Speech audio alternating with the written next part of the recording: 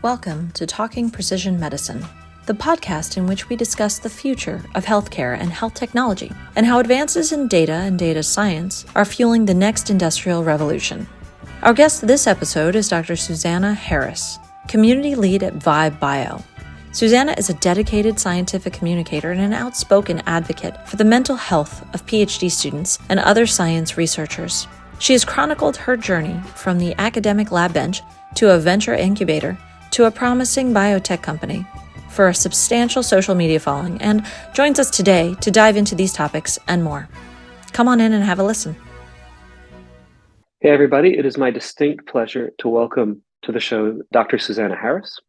Susanna is a up-and-coming biotech star, in my opinion. I actually first got to know her over social media, and this is exciting for me because we're actually having our first live chat.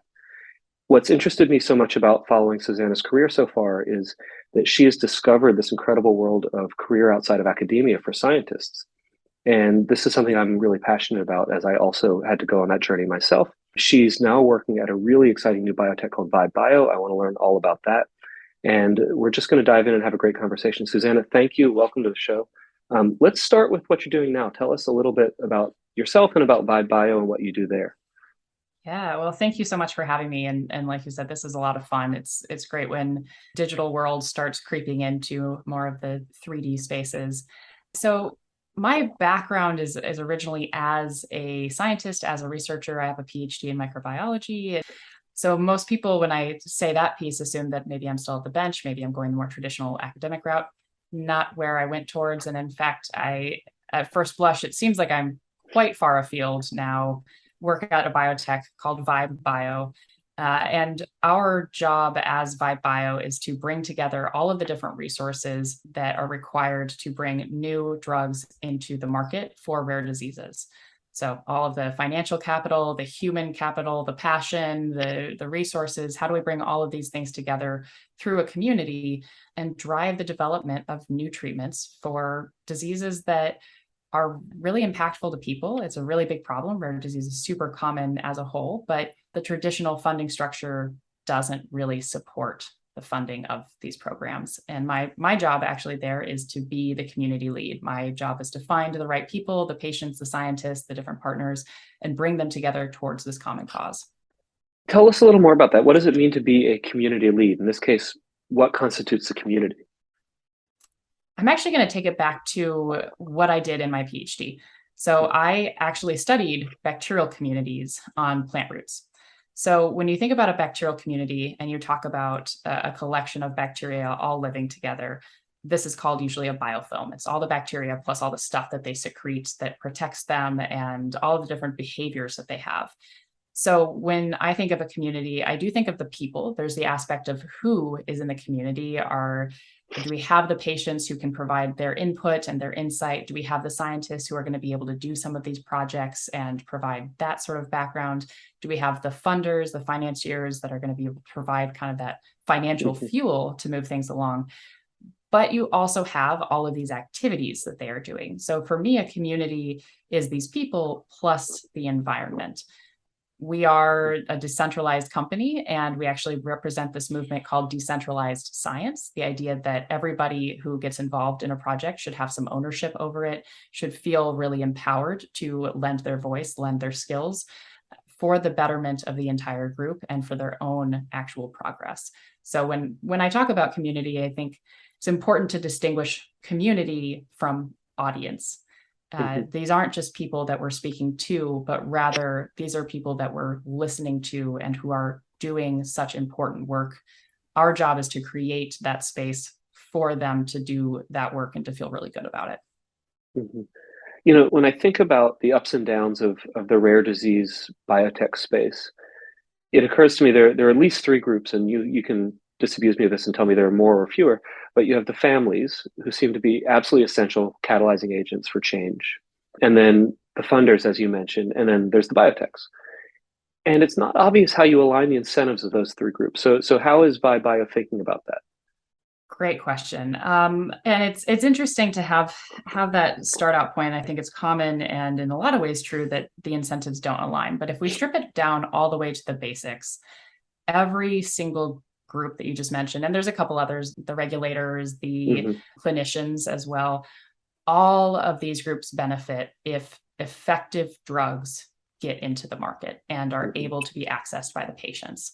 At the end of the day, the financiers aren't going to have anything if a drug program doesn't work, if it doesn't go forward, if it's not funded, if people can't buy it. Although there's conversations of the scientists versus the business people. And that's something that I really enjoyed when I was did a year and a half in venture capital, working in communications and engagement there, and watching those interactions where you would sometimes see investors sitting across the table from scientists and this idea of who's going to win. And the reality is that if either person loses, both people lose. If the scientist isn't able to get the money that they need to do their work, the investor can't do their job. They don't get that payout. They don't get to invest in other programs. And vice versa, if the investor can't get that money, can't spend it on the right kind of programs, the scientists ultimately lose out. So I think that it's less about how can I find or create incentives that align people, but rather how do I allow people to see that they do already have these shared incentives, they do already have these shared missions, and that if we focus on those commonalities, people can drive towards that. They don't have to pick and choose. They don't have to set aside a piece of themselves or acquiesce to anyone else. It's we're on the same team. We want to get drugs that work into people. It sounds obvious, but also somewhat daunting, right? Because there's a lot of communication, a lot of bridges to build, I think, to connect. I guess we're now to 5 different stakeholder groups, right? Yeah. And there's the aspect of what are you communicating? And a big challenge that's on my plate is how do you communicate? What are the logistics of communication, especially my team itself? There's 10 of us. It's a very early startup. And we've got a couple people in Boston. We've got somebody in Denver, somebody in Austin. I'm in San Francisco. So even communication on that small side is tricky. You want to stay in the loop. You don't want to bombard people with messages, but you also don't want to have disconnect. And then as we're thinking about this, how do we create essentially a biotech that is potentially thousands of people contributing in their own ways? How do we manage that? Is that through a Slack? Is that through a Discord? Is that a Facebook group? And the answer is that it's the same as with science communication itself, of meeting people where they are and kind of understanding that there is a general and gentle progression that needs to happen. If I go to somebody and they're used to using Twitter to communicate and to share their work, I need to show them that they can do that on Twitter and this other platform and these other spaces. So it's gradual. You have to be really patient.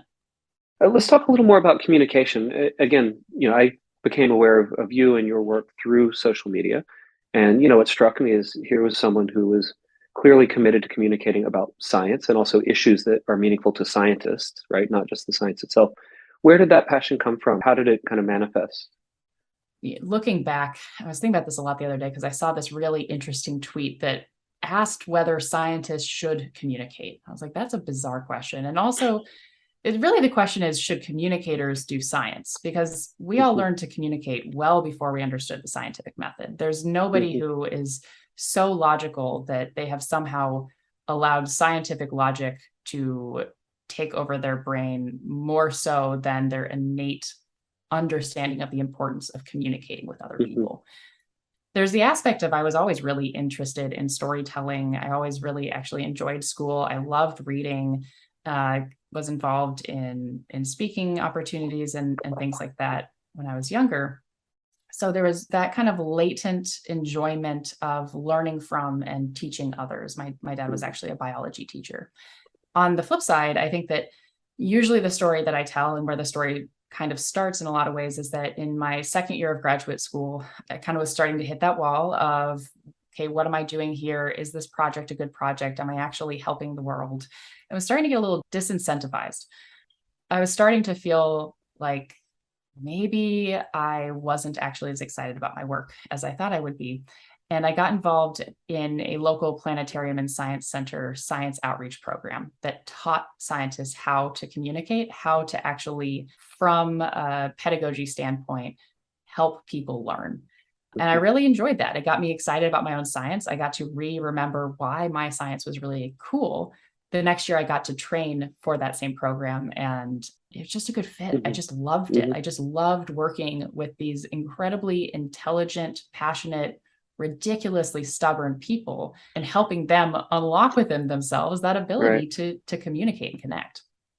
And did you carry that back to the lab with you or back to your department? So you're doing this kind of outside of school. And just for the listeners, you were at Chapel Hill, right? University of North Carolina for your PhD. Yep. So were you able to come and sort of bring some of your wisdom back to the program? I think so. I mean, that's also where that question of should scientists communicate is so funny. Right. It's just funny to me. It doesn't even get me annoyed. It's just sort of hilarious because anytime you give a talk or write a paper or present at lab meeting, that's what you're doing, you're communicating. Mm-hmm. So I do think that a lot of the teachings that I learned through those programs and through helping other scientists did really translate. I think it was also, I found myself more and more realizing that whereas my colleagues would write papers and write grants and go to conferences so that they could do their science, I was really doing the science. I was doing this lab work so that I could go to the conferences. So I had something to talk about. So it was that, that learning of the enjoyment of communication that helped me realize that I did not want to stay in the academic or the research track. Yeah, I mean, the Twitter question is an odd one to me. And I remember having this discussion with a colleague of mine who, after his PhD, actually went to law school, is at the FDA now. But his view, which he convinced me of, is that it's actually a scientific imperative that we disseminate our science, right? And that can't just be at the back of PNAS. It has to be to the funders, right? I mean, this was his view. It's like we're all funded by the NIH or the NSF. People paid us to be here, so we have to tell them what we just discovered. Yeah, I mean, there's been unknown amount of science that's been conducted. There's been incredible discoveries that we don't know about and have no record of, and so they just don't matter. And we even talk about that with what's called negative data, where a scientist has said, I think that this piece of the world works this way. And they do some tests and they say, it doesn't work that way. It's often something that you can't really publish. It's not something that papers will get excited about. So there's so many experiments. We have so much knowledge that we don't put anywhere. And at the end of the day, that just means that all of that knowledge is either repeated forever or just is never used. So I agree with that sentiment. No, certainly, years 4 and 5 of grad school, we were all kind of dying to know when we'd start actually getting the publications racking up. We all longed for a journal of negative results or, a journal of failed experiments, third tier journal of lab catastrophes, whatever it took. I think there was a Tumblr that was called overly honest protocols or lab protocols, overly honest methods. There we go. And it was so funny because it's so often you read these papers and they'll say, we chose this specific solution of sodium chloride because of this and that and the other. And so you're doing your experiments and you're under this impression that is exactly what you should be doing. And if you have anything else, it's not going to work. And then you talk to the scientists at a conference and they say, yeah, actually, I wanted to use this other thing, but we ran out of it because I didn't order it. The stockroom was closed at 5 and I was doing my experiment at 6, right? So it's like, yeah, exactly. And I think, I do have some issues with how academic science can be conducted or rather like how academics are treated by the system. But I think most of the complaints or concerns I have around it are just looking at this system and thinking, is this actually efficient? Are we actually furthering our cause, increasing knowledge and training people and allowing the world to become a better place through the creation of understanding and things like that of just, there's a lot of information that we don't carry on to the next person and imagine how much potential we could unlock if we actually captured that and shared it in some way. Yeah.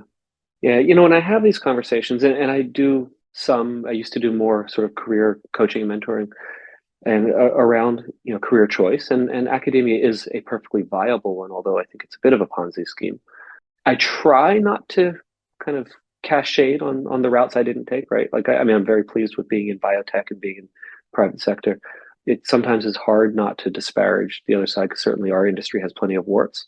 But so let's frame it the affirmative. What have you found so far now, having done a turn in venture, but in biotech formation, and now you're in this, I don't know, next gen digital biotech. What do you find appealing about what you're doing now?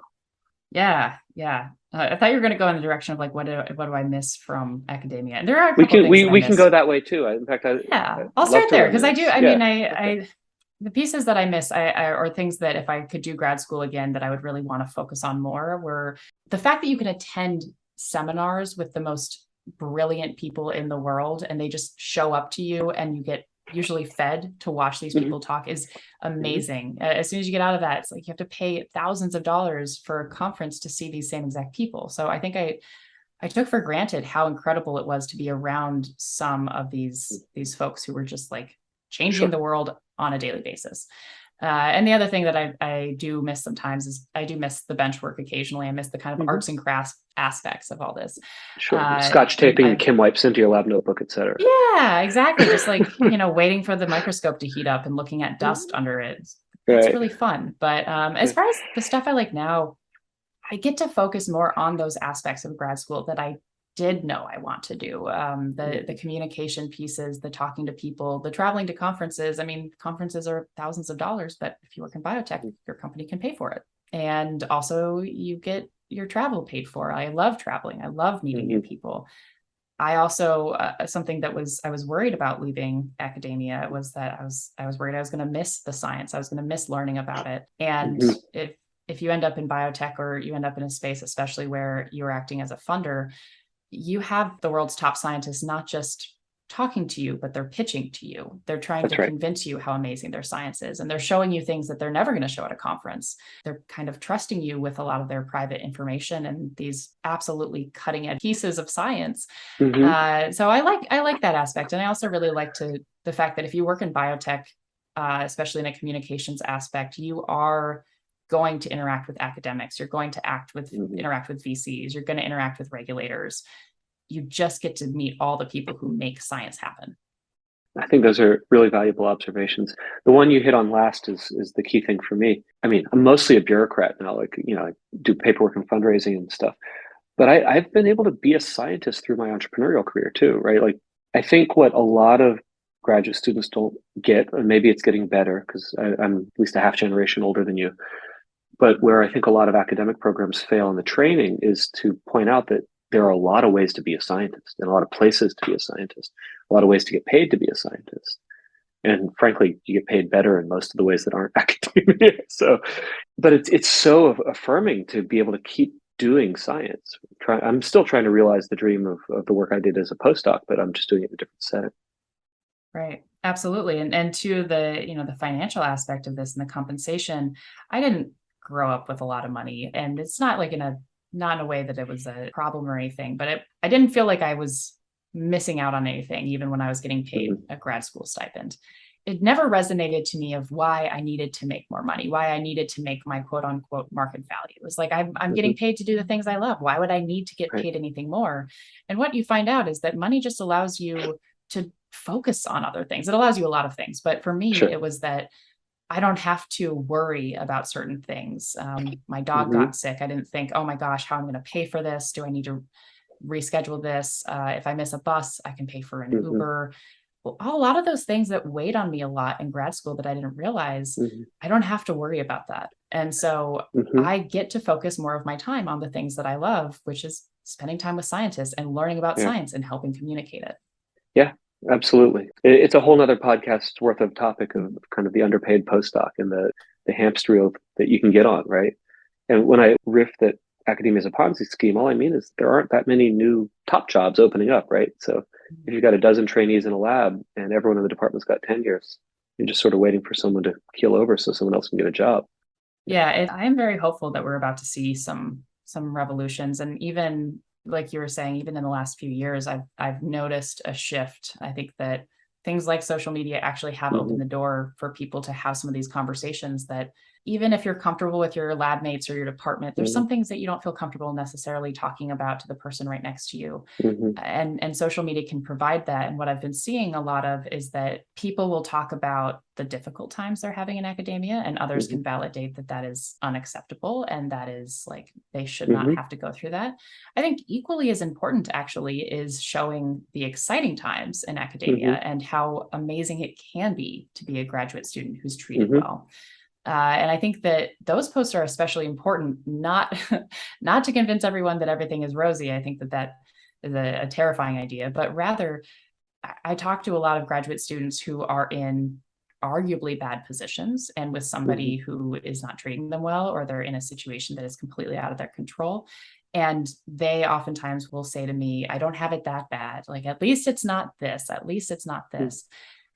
when they start to find out what it could be and how hmm amazing this opportunity of being a student in a research space can be, that's when the wheels start hmm turning. And that's when people start advocating for themselves and saying, that's the experience I signed up for. This is what I hmm want. So I'm excited. I think things are changing. I'm hopeful. And I think there's a lot of academics out there Yeah.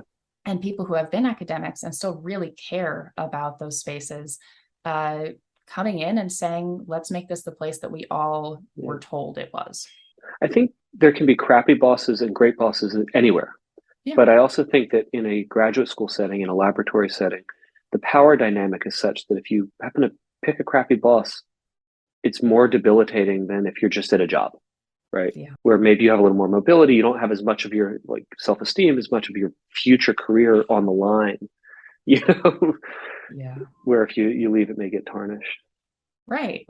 So since I graduated in March of 2020, which is an interesting time to graduate, I will say that, Sure. I've had a couple of different jobs because I've wanted to. And I hadn't thought about how tricky it is to have just a single job and to feel like if, I mean, I spent 5.5 years in grad school. And if, let's say, that last semester things fell apart 2 months before, right? The pandemic hit a couple hmm months before, there's a real possibility that I would not have finished. And it would kind of, in a lot of ways, in a lot of people's minds, render those last several years as some level of failure. And had I had hmm a falling out or something with my advisor, I'm lucky to not have had that situation, but so Right. many people do. You have this person who has 90% of the power over your future. As I've gotten to change jobs and kind of find my perfect fit, being able to say I worked at a grant writing agency for 9 months, that's not a failure. No one says, why Right. didn't you stay for 3 years? It's just like, oh wow, imagine the Yeah. skills that you have now. And so having hmm that, there's a lot of concerns about job stability, but I don't ever reapply for my job. I don't have to write papers to say that I should keep the job I have. Right. And even if something were to happen, and my job would disappear, I'm really hireable. It's Yeah. comforting. It's nice. 100%. I think that's one of the interesting things because you've kind of taken an entrepreneurial route, and that's one way to do it. But of course, there's great science at big pharma and at Mhm. diagnostics companies too, right? If you're a PhD student listening and you want to work at the bench, a huge amount of people do bench work elsewhere, right? So go get a stable job at a big company with a lot of cash on the balance sheet. If you want to do startup, strap in, right? Because it can be a bit of a wild ride, but to your point, you learn so many skills because you kind of have to do a little bit of everything that I think you become eminently hireable and it's a lot of fun. Yeah, and I do think it's rare. It really is statistically rare for people to leave academia and go to an industry job or a government job or whatever job and come back.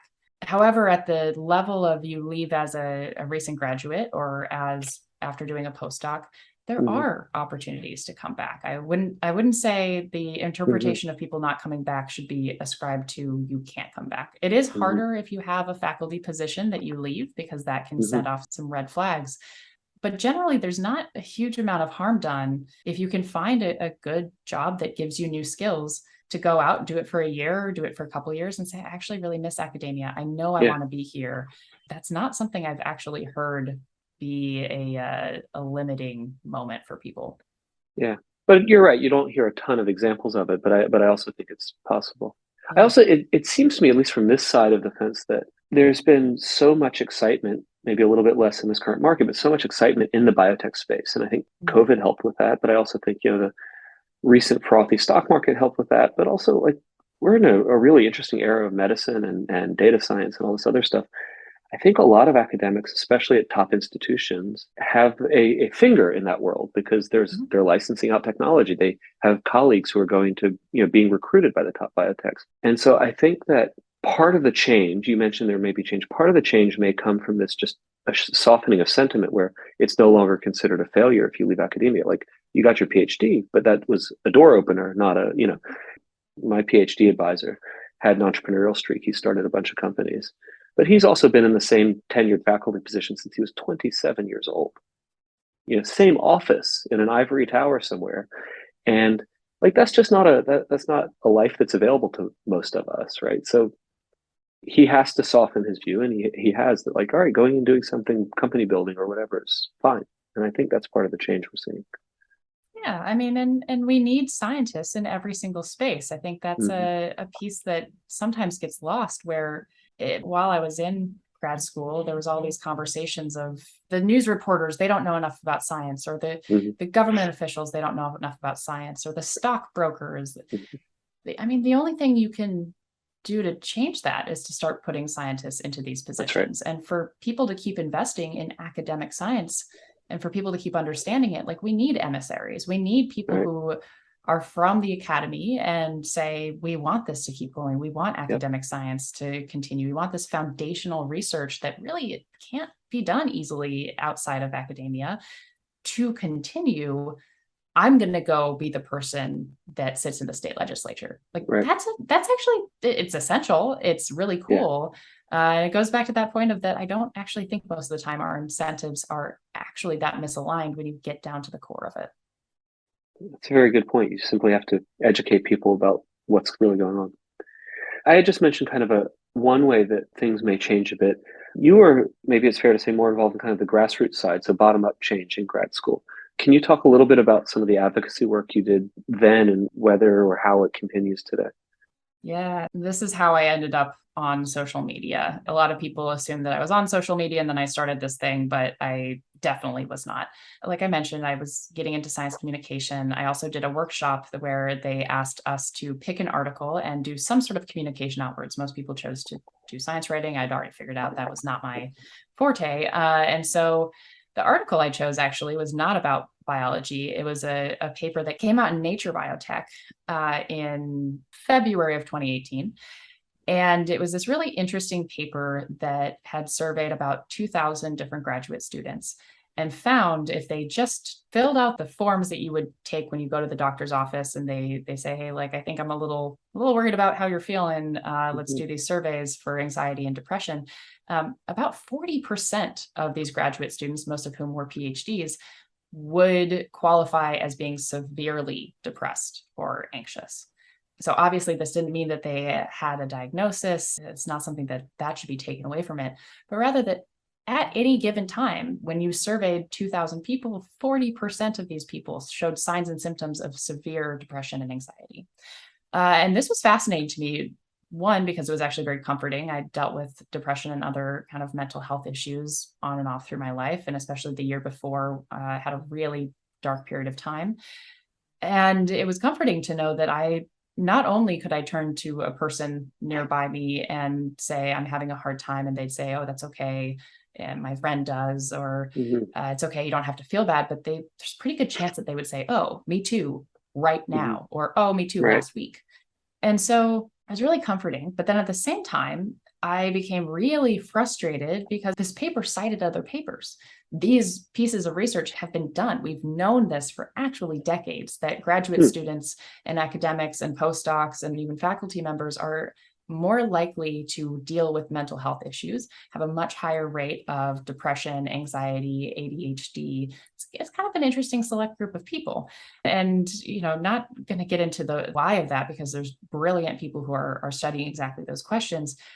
I looked at it from a communication standpoint of I was in this conference, looked around and thought, technically 40% of these people probably are dealing with something and they would probably understand my existence, Mhm. but I don't see it. I don't trust that. I still, knowing this number, don't trust it. And that's because we're humans. We have to see it. So I started this page on Instagram to do exactly that, to tell the stories that we don't normally tell each other in these shared environments and to show the faces that we normally do. Instagram's a great place to show the happy face and the story Right. that's maybe not what we expect. That was all it was. It was like a social experiment for an assignment. Mhm. And I encourage people to share their stories. It was called PH Depression because I was a Mhm. PhD student with depression Mhm. and to share their stories. Very quickly, people said, I want to share about having anxiety. Can I do that? I want to share about PTSD. I want to share about abusive advisors. I want to share about being an international student. And it turned into Mhm. something where now it's called PhD Balance. And it's this community mostly comprised of current or previous academics who are all dedicated to learning through these shared experiences, sharing what they have gone through, sharing the resources that they have created or they have found that got them through those difficult aspects of grad school that don't actually have to do with the research being hard. I ran it directly for about 3 years. And then that started in March of 2020. That started in March of 2018. So we were coming up on, it'll be 5 years in March of this upcoming year, which is pretty wild. I ran it for 3 years, and then we've started a new system where a new president, who is a current graduate student at the time, is the president. It's a team of volunteers. I think right now we have like 22 volunteers spread out all around the world. There's the social platforms. There's a website where we curate resources. There's speaking events. It's mostly, though, just a space for people to share and not feel quite so Can we put alone. some of those links in the show notes? Oh, yeah, absolutely. Yeah. Great. So Awesome. yeah, it's just, if you look up PhD Balance, and the website is phdbalance.com with no spaces, you should be able to find us. And we're always looking for people to share their stories, always looking for people to just be part of the community and care about others. Now, this resonates with me a ton. I mean, in my graduate experience, I was in a lab set up with an advisor and a co-advisor, and kind of more or less everyone was shared. And one of those guys was tough and put a lot of us through turmoil, including cases where people had to leave the lab and some people didn't finish. And yeah, it would have been great to have a resource like that back then. Yeah. I mean, I think I have gotten the most out of it because the people I've gotten to work with are incredible. These are, again, super smart, super talented, passionate, dedicated folks who all of them are willingly giving their time to try to make the world better for other people. It's been inspiring. It's kept me excited about even through graduating. It caused me to learn how to use social media because I built this thing and suddenly I wasn't on Twitter at the time. And somebody said, you have to be on Twitter. And I said, absolutely not. And that's how we got our first teammate. Is I said, I'm not going to be on Twitter. No way, no how. This person is going to translate all of our Instagram posts to Twitter. It's sort of funny now in retrospect because I am very much on Twitter. It gets less scary as you use it, but you learn things as you need to. And so that was an opportunity for me to learn quite a few things. Honestly, occasionally members of my board of directors will comment on Slack times in our social media presence. And we have a pretty good marketing group that keeps our company pulse going. But I take long mental health breaks from the social media platforms. And I'm nominally only there for the company, right, to re-promote stuff and promote the brand. But of course, there's the politics and the rage and the fear and the hate. I'm not good at figuring out how to use it without it getting too much. Yeah, there's a lot of great studies out there that you can use social media to put yourself in a better mood and to learn things. You have to fight the algorithms. And similar to you, I don't have a single notification turned on. I don't have notifications for any social platform. I don't have notifications for emails on my phone. Every day I try to check a new platform for the messages and respond to just that platform's messages. You learn how to cut it out, but usually there's 1 or 2 months a year where I just get off all the platforms and I recenter. You do get into this time. And I think that my time in academia actually kind of helped me get to this point of you are the only person who's going to fight for your own mental health, your own well-being. The world, the algorithm, the institution will constantly ask and demand more. And you're the only one who can say, no, I'm not gonna let you have that. And it's hard and it's scary, but totally worth it. I think there are some interesting parallels between being an entrepreneur and doing the startup thing and being in academia. I've actually always likened it to starting a company is a bit like being pre-tenure faculty, especially if you're like a scientist founder, because you go from, all right, I had a job at the lab bench and now my job is hiring people and raising money, right? That's the same thing a junior faculty does, right? But you're not at all prepared for it because that's not what you were doing a week before you started the damn company. But the other thing is this kind of need for safe spaces, right? I would bet, and there are probably studies on this, that the only place where you see equal rates of anxiety and depression as you do as PhD grad students is among startup founders, right? Yeah, it's fascinating because it's like in terms of professions, it's like academics, startups, and the military. Those are pretty bad. There's all the questions of like, is it attracting people? Is it attracting a certain type of person? Is it bringing out pieces? It's all the things. But absolutely. I mean, I feel like at a startup, I feel like I'm doing a thesis project. I feel like I'm doing a PhD with 9 other people. And then as we grow, it's just more side projects. And I love it because it does have that fast pace that, oh my gosh, are we doing the right thing? I don't know, but just do it the best you can, bring in all the resources, not the right space for everybody. But similarly, I don't think I would do very well in a certain type of corporate environment. It's just, I have a lot of fun. Yeah. I sort of wonder what it would be like to have a boss again one day. I don't envy our CEO. He's awesome. He's really cool. The company has 2 co-founders, and so they're probably not quite as lonely as the single founder. But I don't envy either of them. I love working for them. Their personalities complement each other, and they're really great at what they do. But like I like to be startup early employee. You get the chaos, but it's not anywhere near what the founders have to deal with. I think you're doing it right. Get some of those under your belt, and if the mood ever strikes, you'll have a lot more experience and kind of wisdom if you one day decide to start something of your own. I don't think there's necessarily any more glory in it than not. No, it's true. I mean, being in this environment is not for everybody, but I think it's a privilege. It certainly is, and it's good problems. And I think that's something that I've also gotten to appreciate a bit more in this job versus in ones before, where academia, I loved the research I was doing, but I had to really fight to see how it was going to be impactful in the world. And in funding, like the different jobs I've been in where are essentially funding positions, again, you can see it, you can see how your job is necessary for the ecosystem. But now I get to interact directly with patients and with scientists and with clinicians, and it puts things in perspective where I will be all stressed out about opening my inbox. And then I'll have a conversation with somebody who they just found out their kid has a disease that doesn't even have a name because there's 8 people in the world who have it. And you're like, you know what? I can probably do my emails, and I can also do my emails because if I do my job well, I might actually be able to help the situation. No, I think you're right. I think that our problems become trivial if you think about the people we're trying to serve through these companies and through our work. Absolutely. Yeah. Let's talk a little bit before BuyBio. You were at Zontogeny. Tell us, what is Zontogeny? What did you do there? What's that all about? And how did it kind of set you up for what you're doing now? Yeah, so Zontogeny is fascinating. It was such an interesting, like one of those pivotal moments in my life. You have a couple of those that I don't know how I got to where I am now, but there's a few moments where I know for a fact if a certain phone call or something didn't happen, I would not be here. And so this particular phone call, I was working at the grant writing agency, and I had a kind of casual conversation. I was reaching out to certain people who were kind of our partners, and I ended up on a call with this person. His name's Chris Garabedian, CEO of Zontogeny.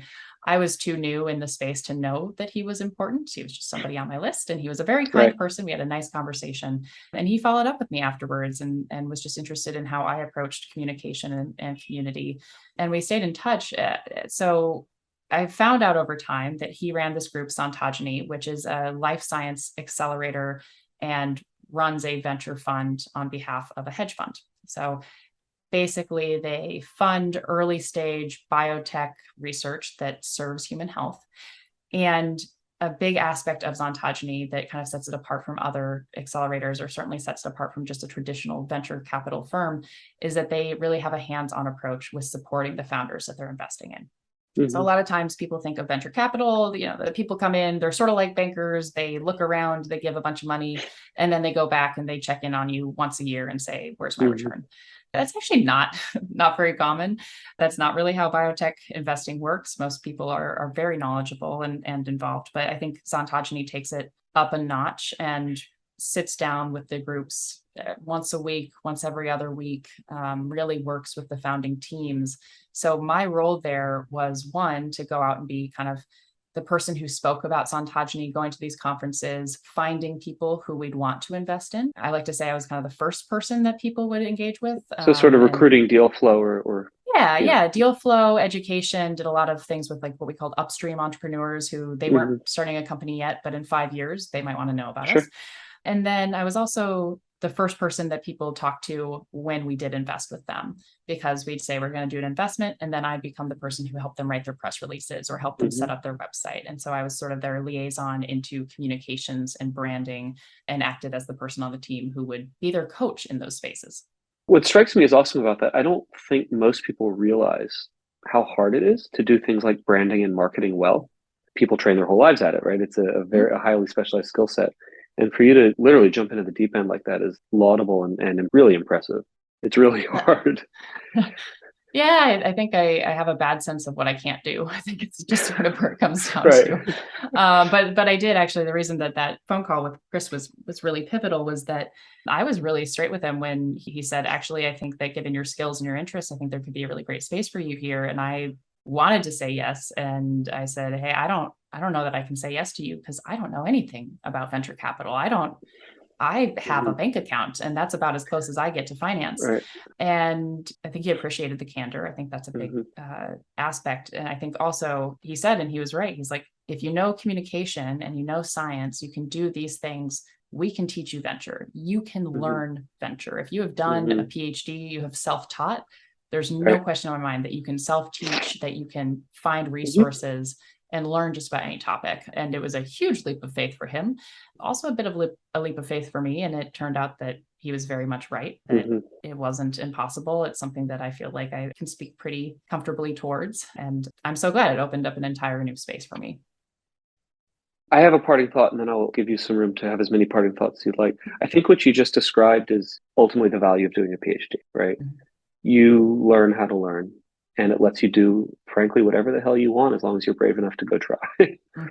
I think that's true. I think there's a couple pieces there. Like if you have a PhD, it's going to be hard to get paid less than you did while you got your PhD. That's right. So even if you got paid nothing, it's going to be hard for you to find a job that pays you nothing. If you did a PhD in a research science where you got paid a stipend that is probably illegal for how much you actually worked, you are hireable for at least that amount of money. That was something I realized when I came out and did some freelancing, where I was terrified. And then I realized I'd been living off of $30,000 for almost 6 years. I could work at a coffee shop and make that money. I could work as a tutor and make that money. And so there was that sort of aspect of, I was sort of set up to be fine. And not only are you hireable up to that point, but you're very easily hireable for more than that amount of money. You have skills. The other piece that I think has been really helpful and is a reason that I am really glad that I did a PhD, all things considered, I think the PhD allowed me to kind of front load my effort. So I have to prove less walking into a room because I'm Dr. Harris versus Miss Harris. And there's a lot of levels to that. And I'm luckily a white woman, so that does decrease some barriers. And I'm only some. Yeah, only some. And I pass as being heterosexual. And so there's a lot of things that are easier for me than they could be. But certainly having a PhD gives me credibility in spaces where it's actually really silly. My PhD in microbiology does not indicate really anything about my aptitude for doing branding, but it does translate. People do give you that additional level of respect. And so I think, like you said, it teaches you how to learn. You learn so much from just the experience. The networking can be incredible if you do it right. And it also, it carries a weight that I've just found really helpful. Let's pick something off topic, something personal. What hobbies, likes, dislikes? What do you love about San Francisco? Best place to eat? Favorite place you traveled? Oh, wow. Yeah, all good questions. Real fast. No, it does actually tie together. I think food is one of my favorite. It's like the love of my life is food, is experiencing the world through food, is experiencing friendships and family and connections through, whether it's sharing a meal or creating a meal together. Definitely cooking is sort of my version of creativity. It's sort of my Zen time of, I get to focus on creating a thing. It's very scientific, and that can mean all levels of things. So I think my favorite food in the city, I'm up in North Beach, so there's too many to choose from in the city, but I would say my two favorite in North Beach are Don Pistos, a really fantastic Mexican restaurant, and then a place called Firenze by Night. I think it's the best Italian food I think I've had, but it's certainly the best in North Beach. I'm not paid to say that, but if you go there, get the gnocchi. A large amount of my time is spent on what looks like work. A lot of my friendships are through work, but I love that. I love that the people that I sit down and hash out really hard details and I get flustered with and I'm annoyed with are also the people that I go to a bar with at 5 p.m. and talk about nothing related to anything. Awesome. Susanna, thank you so much for joining me. This was a lot of fun. Likewise. Thanks so much. And anyone who wants to chat, feel free to reach out. I'm happy to continue the conversation. This has been episode 29 of Talking Precision Medicine. Please share it with your colleagues, leave a comment or a review, and stay tuned for the next one. Thanks for joining the conversation.